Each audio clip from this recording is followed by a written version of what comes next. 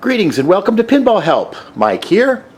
Today I'm going to do another installment of What is the Deal with Pinball, but more appropriately, let's call it Pinball Philosophy. Seems to make more sense. I've done one episode of this where I talked about, what is the deal with pinball? Why are so many people into it?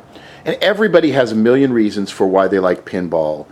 And I'm just going to share some of my random kind of stream of consciousness philosophical kind of anecdotes about pinball and why I think it's really interesting. And it's just another thing in our series that I'm going to do here. So today I want to talk about old world versus the new world. In the area of wine, you have the old world and the new world. It's just kind of a metaphor for the way things used to be and the way things are now. And pinball has that too. In the world of wine, the old world would be France, Germany, Italy, Spain. The new world is like America, Australia, Chile.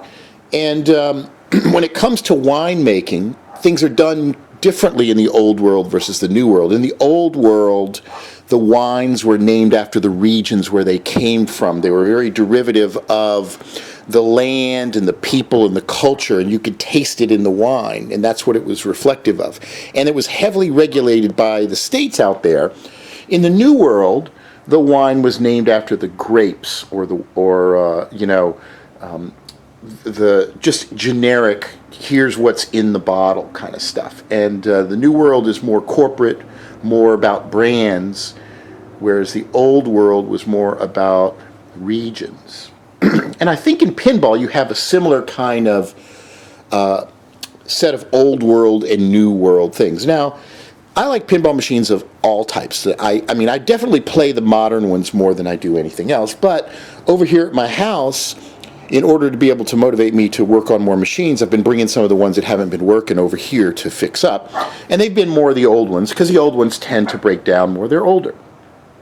So it's gotten me on this weird philosophical bend about old machines. I think if everybody who's into this hobby, you should every once in a while just take one machine and make it very convenient to play, and even take a machine that you don't normally play much or you wouldn't think was very good, and just force yourself to play it more often, and you'll find that it really does have a lot more charm than you thought.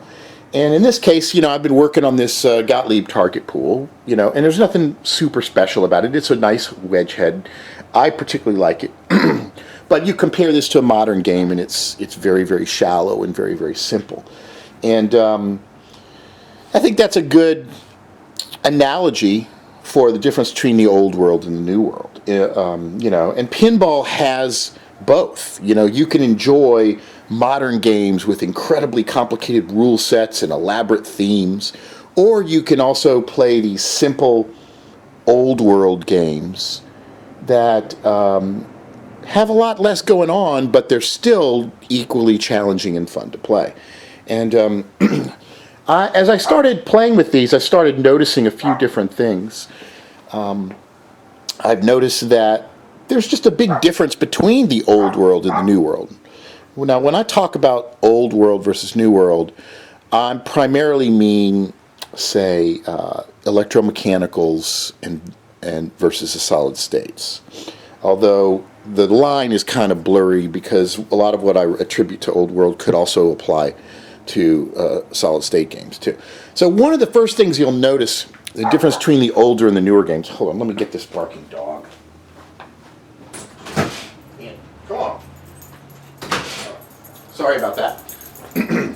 So, old world games often had, the themes were fundamentally different than new world games.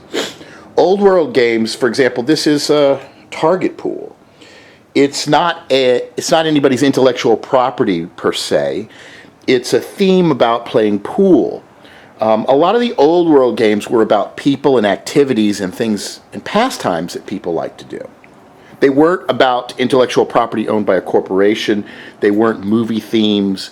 They weren't tied to products and things like that. Here's another one right here. This is a Williams 21. It's a card game.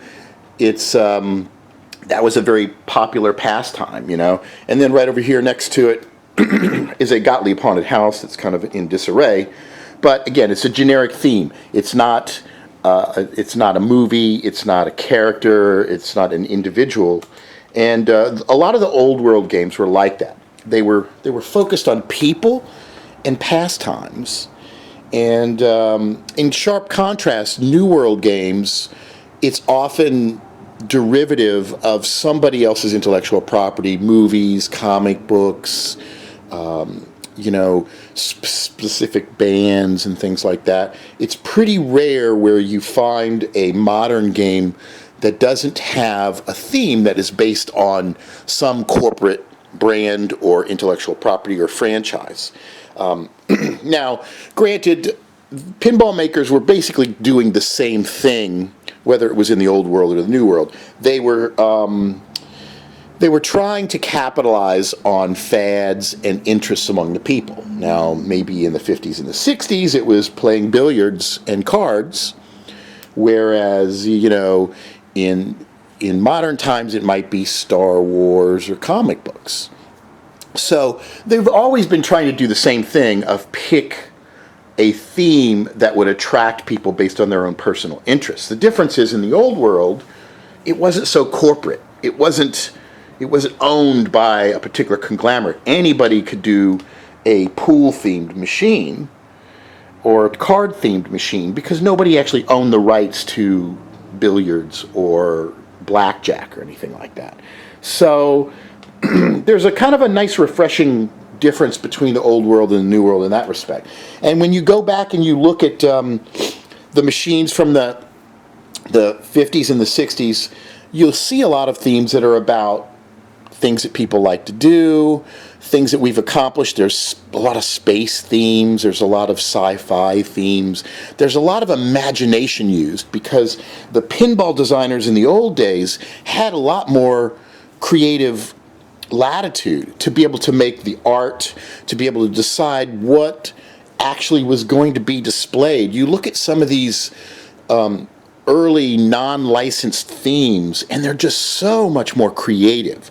And you compare that to a modern theme where you've got, say, The Walking Dead or Deadpool or Iron Maiden or Guns N' Roses.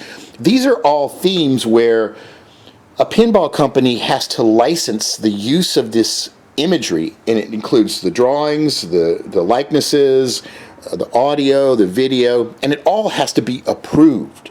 And so the artists that contribute to that artwork on those machines are really, really hamstrung by, a bunch of lawyers that are in charge of managing what the image is going to be for that intellectual property.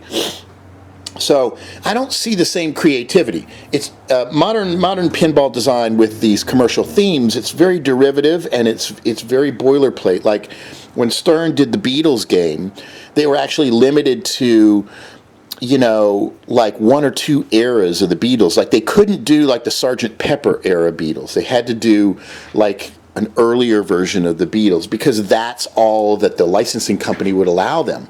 When Stern did Walking Dead and Ghostbusters, they could only get just a handful of the original actors to do voiceovers for the machine. So you had this kind of subset of the original IP in your game, and it just was incomplete. So you have all of these weird restrictions that you have to kind of deal with when you're doing this new world licensing that you just didn't have in the old world. And that's one of the reasons why I think, there's a lot of charm to these old games because the designers were much more free to kind of be able to do whatever they wanted. And I really liked the fact that when you see an older game like this, you really see the artist and the designer creating imagery that they want to create. A modern game, you see an image that an artist creates, and then he has to send it off to corporate, and corporate has to approve it. And they may say, move this and change this color here. So what you see there is corporate art. It is art that has been approved and needs to kind of, it's been a committee that kind of decided this is what's going to represent that thing. And so, in many ways, when you look at pinball over the years, you see changes culturally. And I'm going to probably talk a lot more about pinball as a representative of cultural evolution in future episodes, because it's really, really an interesting kind of concept where you can see history and culture change over time, and where our interests and all that have kind of changed. And so this is another really interesting thing about pinball, of how there's definitely differences, in this case, with the artistry in the games and how the themes have changed over time, and what you're seeing. So I hope you enjoy this series, and be sure to leave some comments in the comment thing. Give us your opinion on things, and subscribe to my YouTube channel. That's YouTube/PinballHelp, and visit the website pinballhelp.com. And until next time, thanks for watching.